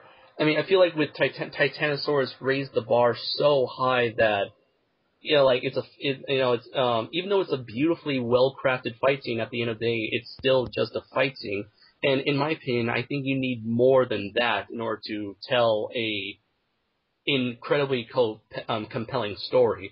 I feel like there, when you have 5 human characters in Mechagodzilla, I feel like you could have done more with them than Right. than I there I was think here. Hmm. I think I would agree with you. I think the reason it doesn't bother me Mhm. is that it's a part of a short series of one shots. Like Uh huh. it's that it's part of this anthology thing. Uh huh. It probably wouldn't work that well Mhm. anywhere if it wasn't in Legends. Like if this wasn't a part of Godzilla Legends, Yeah. I would probably look at it and say, okay, it's a really good fight scene, and I would probably score it the same way you just did. Uh huh. But I think the reason it doesn't bother me is that again, it's just because it's a part of this short series of one shots, and Yeah. again, I read this in trade, so I Uh kind huh. of I can't really look at one of piece Uh huh. individually without considering how it contributes to the whole. Whereas if I had been reading these as individual issues, I would probably be looking at them in the more standalone format. Yeah, that's a very interesting comparison you made because you like you mentioned you got the trade and I got each issue by every month. So I did Right. Yeah. I had nothing to read after this issue when I first got it unlike you. So no, this was all I had, and if by the end of the I felt like there could have been more by the end of the issue for me. So it's kind of interesting. And I Kind totally of, agree. There could have been more. It just doesn't bother me hmm specifically because of the context Yeah. under which I read it and the context of the series that it's in. hmm So for me, at the end of the day, it's still a very well crafted, excellently crafted comic. That is on par with issue number one. Although out of the two, I don't know. Maybe I might prefer number one over number four, only because they got the character stuff right, and maybe it might be my bias towards Matt Frank's art. I do agree. While I do actually like the artwork in this better than hmm Matt Frank's art, Yeah. I would agree that I think I enjoyed number one overall. Just Although that freaking underdog story, man. It just got me right here. number four, with number one and number four, they definitely have their own flavor of artwork in a Yeah, way. they're definitely. It's interesting that because with both of us, these two are kind of on the same level. Like we both have them kind of sort of tied in our minds. Yeah.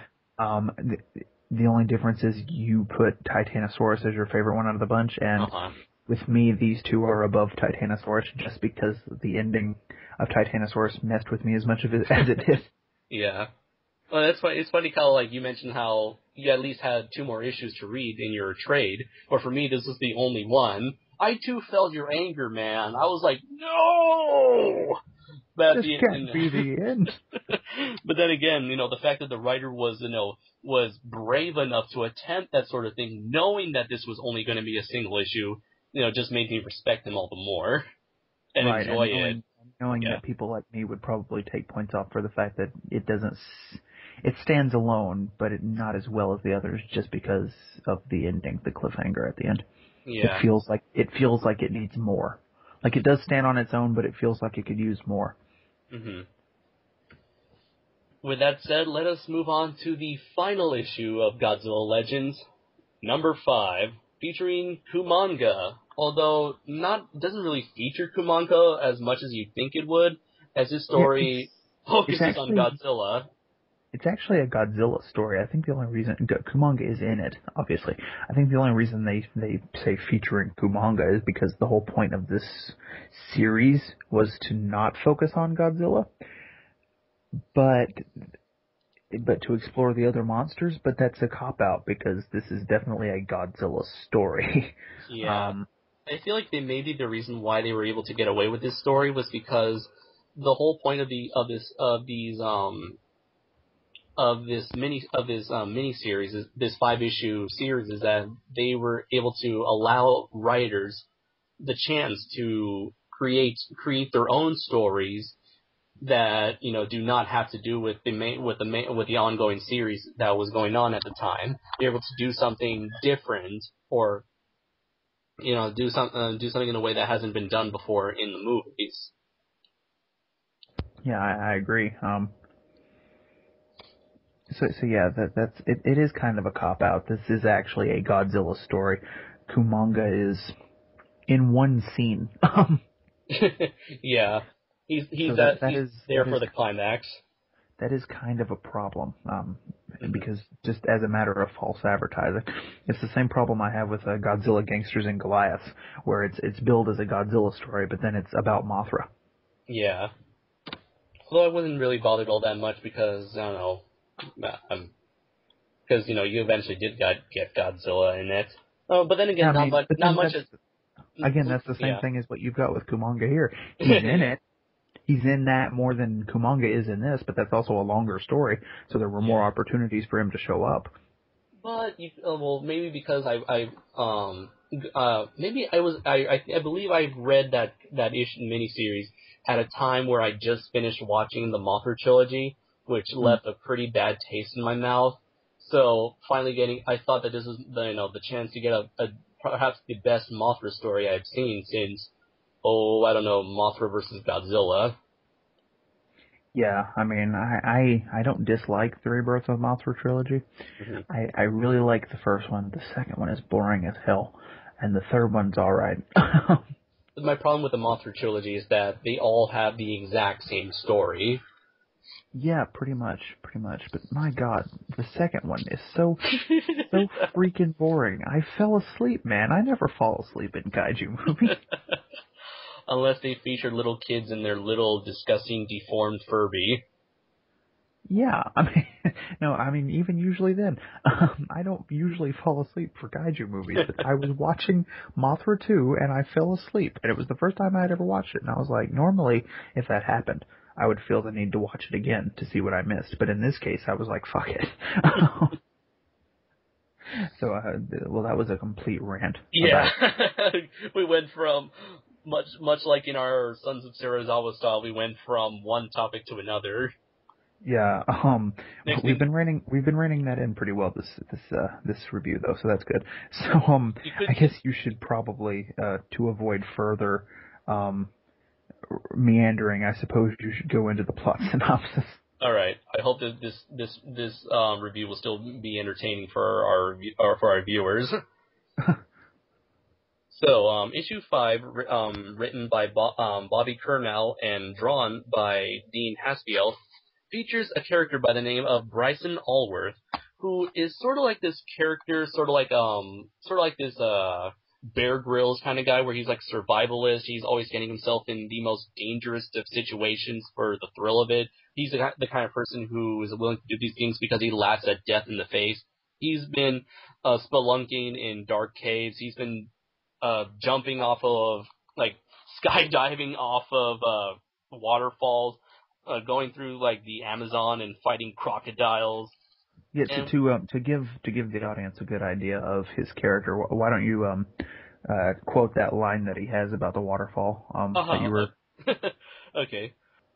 He had this framing narrative where he's at an old age and he's in the middle of a TV interview. So the interview, the woman who is interviewing him says, Bryson Allworth, you have led an extraordinary life. By age 14, you base jumped Angel Falls in Venezuela, the highest waterfall in the world. Of course I did. How else was I going to impress Debbie Johnson? Exactly. That's his character in a nutshell. He does these extreme things. He's a survivalist, but at the end of the day, he really just doesn't give a fuck. Basically. I mean, he really makes this story for me. His character. The interviewer asks him about the most dangerous stunt he ever pulled, which was climbing on the back of Godzilla. So, yeah, that's pretty much the most extreme you can get when performing ridiculously life-threatening stunts. So if climbing on the back of Godzilla, dear audience, if climbing on the back of Godzilla sounds impossible, I assure you that it is only because it is. As a card-carrying member of the Sons of Sarazawa, I think I can safely say that the science is not really sound with this one. Well, I don't know if you know this, but this actually was done in the Dark Horse Godzilla comics, where the scientists of G-Force were climbing on the back of Godzilla in order for them to plant, I believe they were planting a device on his head, either for some sort of mind-controlled thing, like in Space Godzilla, or they were just studying him. Yeah, but I mean, there's a scene where Godzilla's charging up his atomic breath, and the character whose name escapes Oh, me again, Bryson. Bryson. Bryson is standing in between his shoulder plates or his plates. Now you know Godzilla's plates they light up. He should have been fried.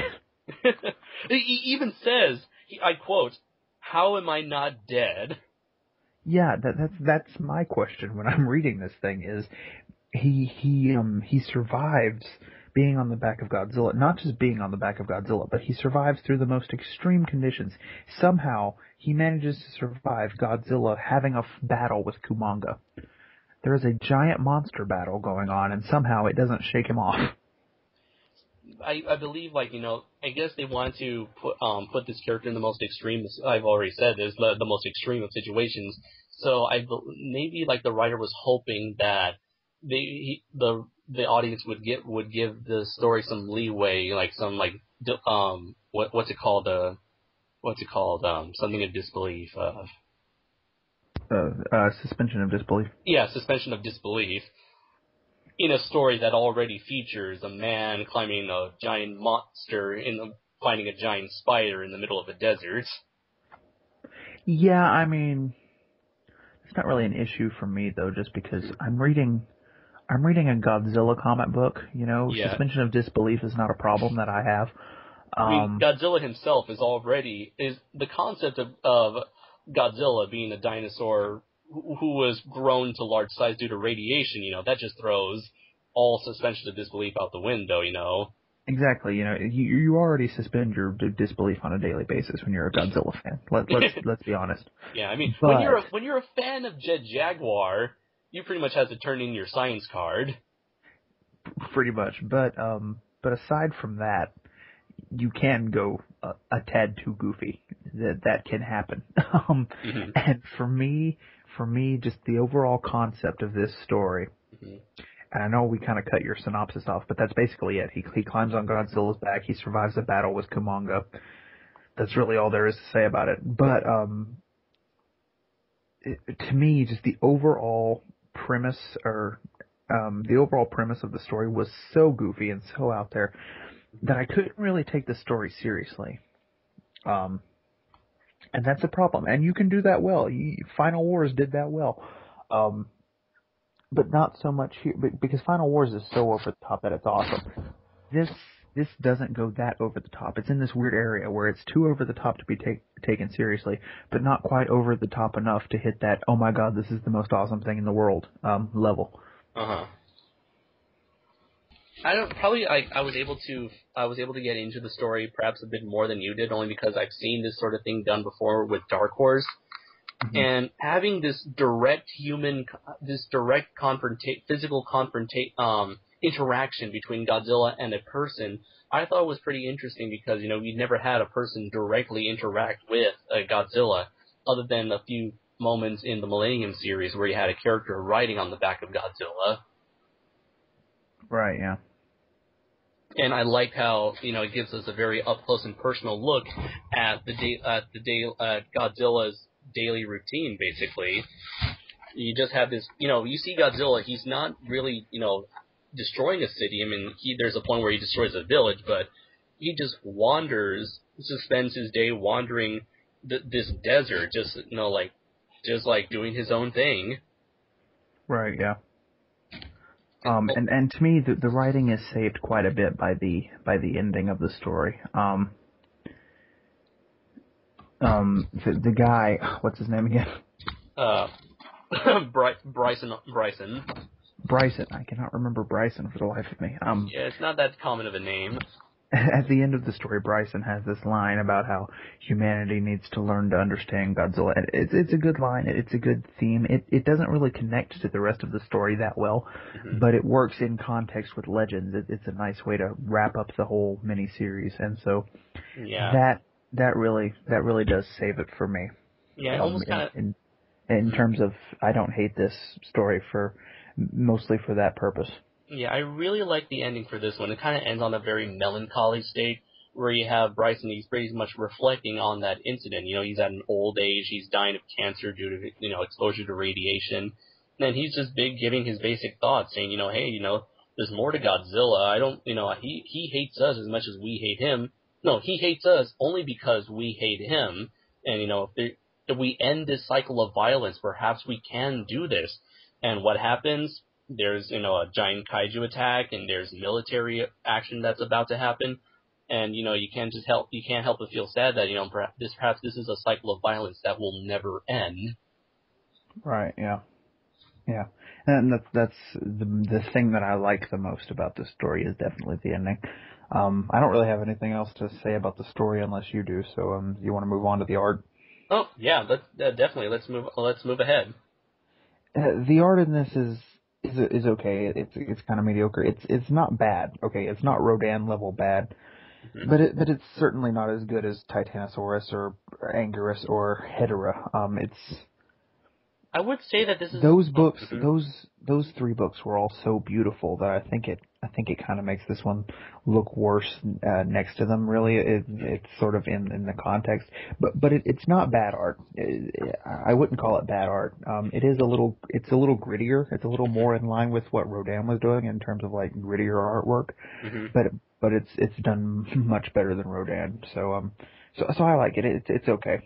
I like the art too. I feel like it was going into a different direction than what the others were doing. I feel like they were trying to go for a more detailed, slightly more realistic sort of art. This one feels very stylized, a bit cartoony in a way, where it reminds me of the Hanna-Barbera style, like something you would see in the Hanna-Barbera Godzilla series or in Johnny Quest.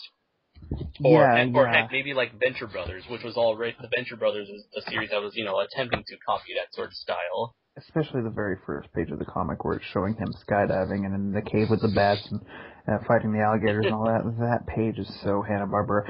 I used the word gritty a few minutes ago. That's not the correct word.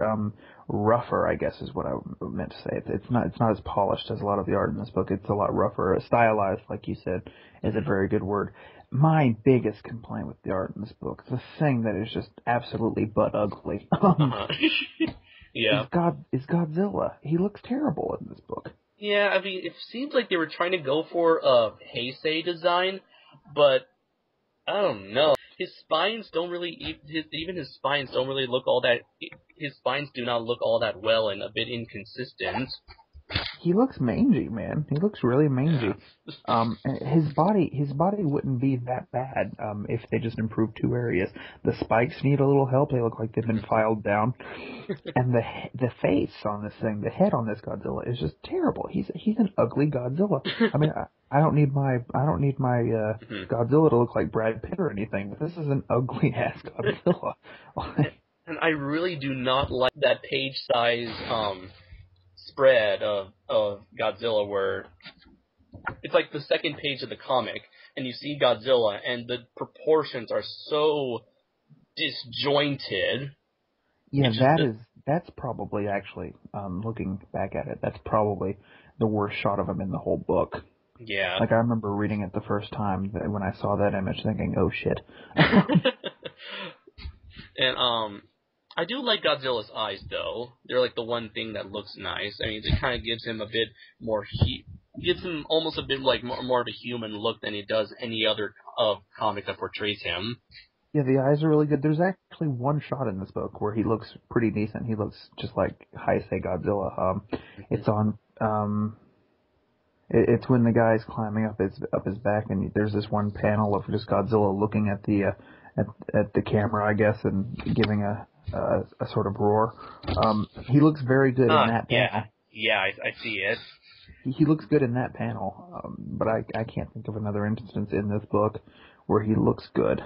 Funny thing is, like, if you look at another page size spread, is like the very first shot of Kamacuras, the look on Godzilla's face is pretty priceless. Oh yeah, he looks bad in that one. He's like, what?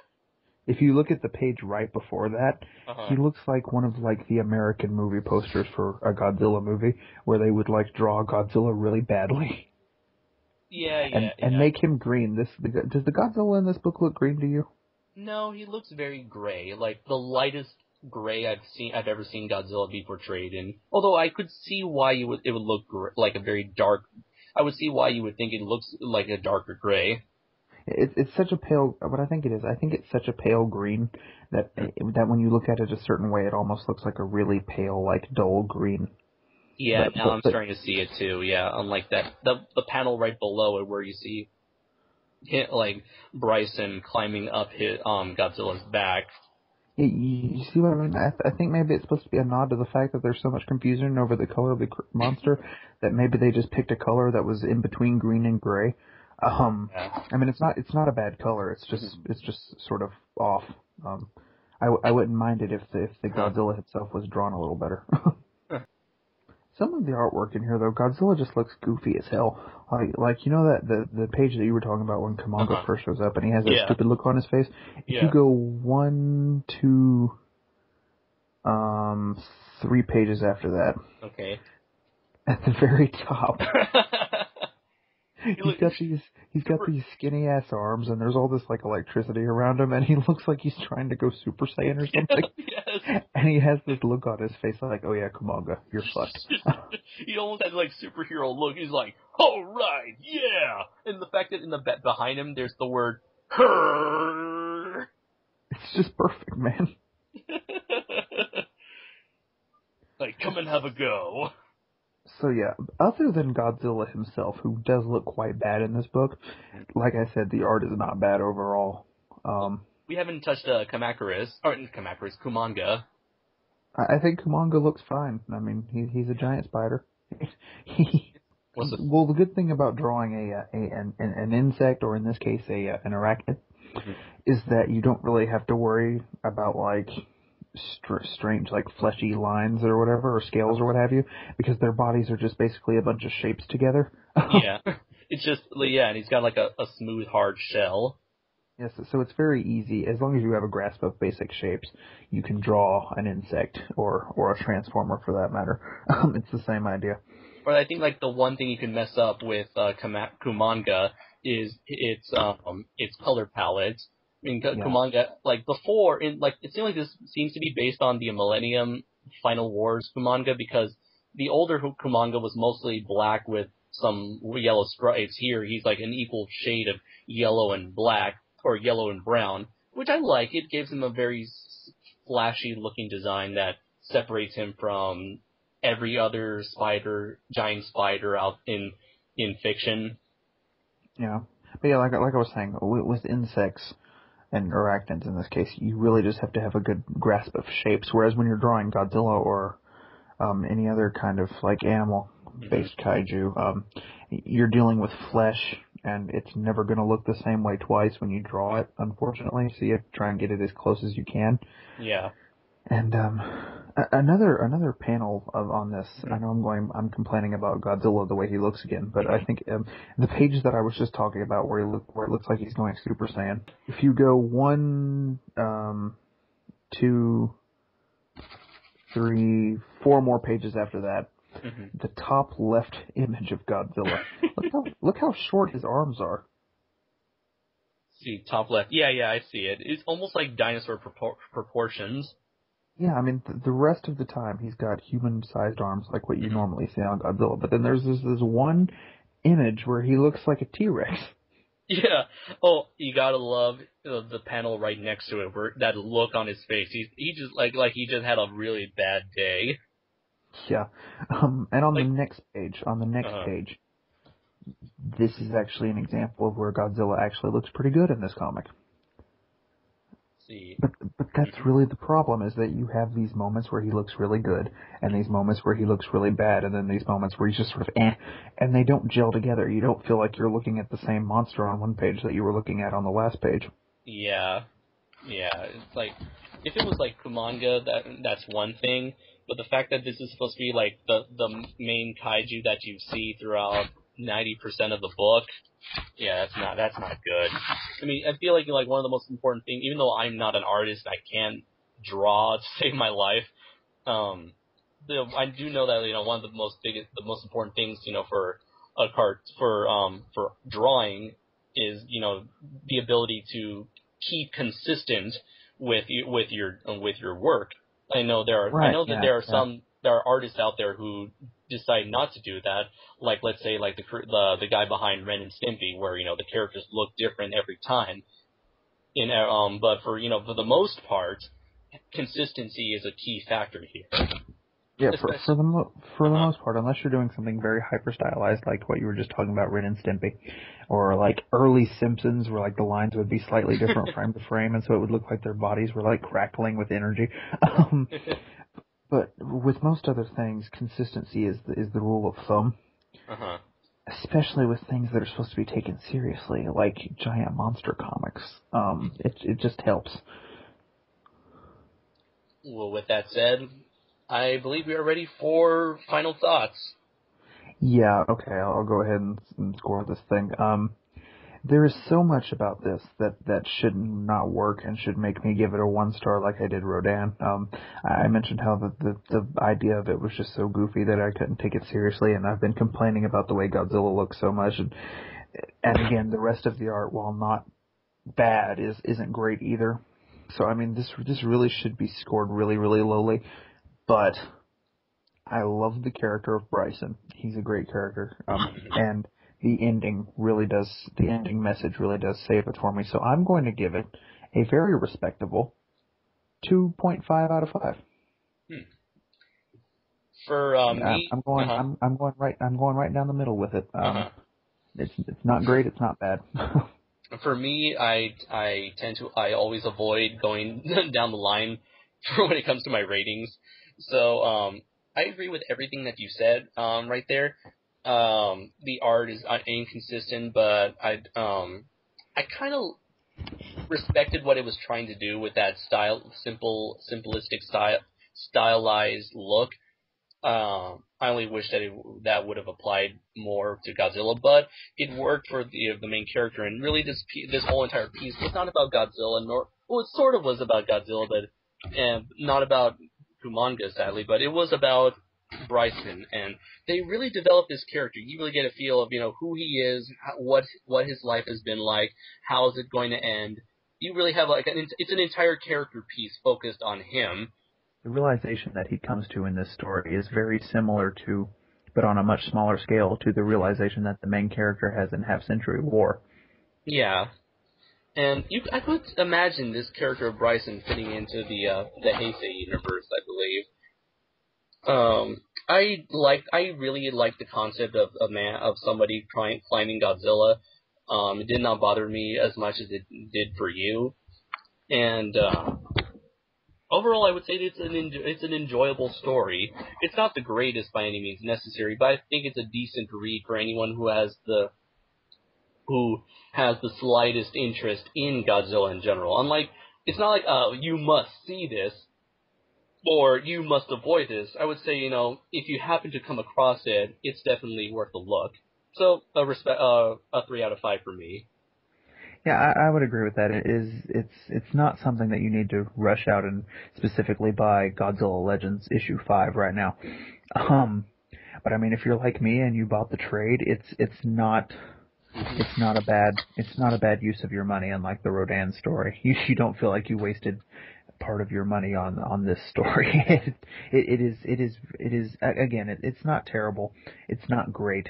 It's in the middle, which is why I scored it in the middle. Mm-hmm. So yeah, if you happen across it, or if like me, you bought the trade, you're not being cheated in any way. It is fairly good.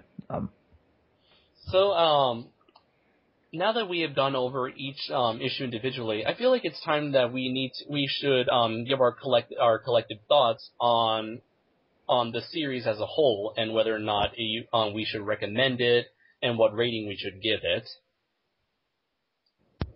Overall, I would say that Godzilla Legends is a mixed bag, which is why the title of my product review on Amazon is a mixed bag. Because when it's great, it is really great. When it's bad, like Rodan, it's terrible. But when it's in the middle, it's very much in the middle. It's such a wide range of different quality stories. Yeah. There's so much of a spectrum going on here. but you're getting three really good stories, one mediocre one, and one that's absolute shit. So it is very much a mixed bag. It's certainly worth a read for Godzilla fans or comic fans who happen to have an interest in Godzilla, obviously. So in that spirit, I give the overall book, Godzilla Legends, a 3 out of 5. Mm-hmm. Those 2 points just being taken off mainly for Rodan being terrible and Kumanga not being terrible, but not really wowing me either. Yeah. Once again, you take the words out of my mouth. It's definitely worth a look if you're a big time Godzilla fan like us. It's definitely more hits than misses. I would definitely say prefer I'm pretty sure by now the trade paperback isn't all that expensive as opposed to getting them individually. Although if you're gonna buy them individually, check out issues 1, 3, and 4. Definitely. Yeah. Maybe pick up 5 if you're interested. Yeah. If you're not buying the trade, don't waste your money on Rodan. Don't do it, man. Even if you're a hardcore Rodan fan, it's not worth it, I mean, I don't know about hardcore, but I'm a pretty good sized Rodan fan. I'm a fan of the creature, and no, don't do it. In the words of Bill Paxton, game over, man. Game over. Game over, man. Game over. So yeah, I'm giving it a 3 out of 5. Those three representing the 3 issues that you must check out. Yeah, that's kind of how it worked out with me too. It's a 5-issue series, and I score things out of 5, so it's like 3 really good ones. Okay, I'll give it a 3. It works out perfectly. So yeah, I would agree with what he just said. I didn't even take that into consideration. If you're buying them separately, get 1, 2, and 4, maybe 5. 1, 3, and 4. Right, 1, 3, and 4, maybe 5 if you're interested. Skip number 2. Yeah. Just skip it. Again, unless you're buying the trade, which is the easier way of doing it, and then you can read 2 just to see how bad it is. Yeah, I don't know about you, but I'm kind of one of those people who, if I collect certain installments of a series, I feel compelled to get the entire series because of that. Yeah, I'm definitely a completionist. It's a sickness. Yes. I have all 16 seasons of South Park on DVD right now. Wow. Need to buy 17 because it came out last month. Funny thing, a similar thing happened to me where I got my friend of mine got a bunch of random DVDs of anime, and he gave me this volume 1 of a certain TV show. And I all of a sudden felt compelled to get the other 3 volumes. Oh yeah, that's why last year when the Bond 50 box set came out, I jumped on that shit, man, because I love James Bond, and at that point I only had like 1 or 2 of the DVDs. Yeah. And I was like, dude, this is my chance. I can get them all at once. Yeah. Although it really sucks when 5 years from now they're going to be 3 or 4 more movies, and then you're going to have the box, but then you're going to have those 3 more movies afterwards. It's not, the box doesn't feel complete afterwards. Yeah. That is the problem. One thing I like about the Bond 50 box set is that they put a space in it so that when you bought Skyfall, you could put your disc in the box with all the rest of them. Now that's some excellent foreshadowing. Unfortunately, that never happens with, say, a movie where a 4th installment is about to come out. So they may come out with a trilogy pack right before the 4th one comes out, which makes no sense because then the trilogy pack is going to feel incomplete. Right. I mean, there are some times when an installment in a series is so freaking bad that I don't even care to own it. Like, I have Alien 1, 2, and 3. I have not yet, nor do I plan on buying Alien Resurrection. Luckily for me, I got the anthology Blu-ray pack, so it all worked out for me. And I bought the AVP movies, okay? even the second one, because there are a couple things in the second one that I like. The Pred Alien has a neat design. The Predator in that movie is a badass, and there's a scene where they're on the Predator homeworld. Those are the only 3 reasons to watch that movie. But we're not even remotely talking about Godzilla Legends anymore. With that tangent out of the way, I would like to say thank you so very much, Super DM, for coming on and helping me out with my very first comic book review. I really enjoy this, so I wouldn't mind I would love it, if you're able to, come on again for future collaborations. Oh, I would love to. First time I've been on this channel. I've been on Adam's channel, been on Bill's channel. Yeah. Still never been on Gorzard's channel. Asshole. Yeah, it's a pretty interesting channel, wouldn't you say? Quite roomy Yeah. quite roomy in here. Almost like you can stretch out your arms, It's nice here. I like the food. Good food. Yeah, we provide excellent service here. The catering is very good here at Kaiju Noir's channel. So that was our review for Godzilla Legends. We hope you've enjoyed it. I am Kaiju Noir. And I'm Super Damn 64. And until next time, everybody, take care.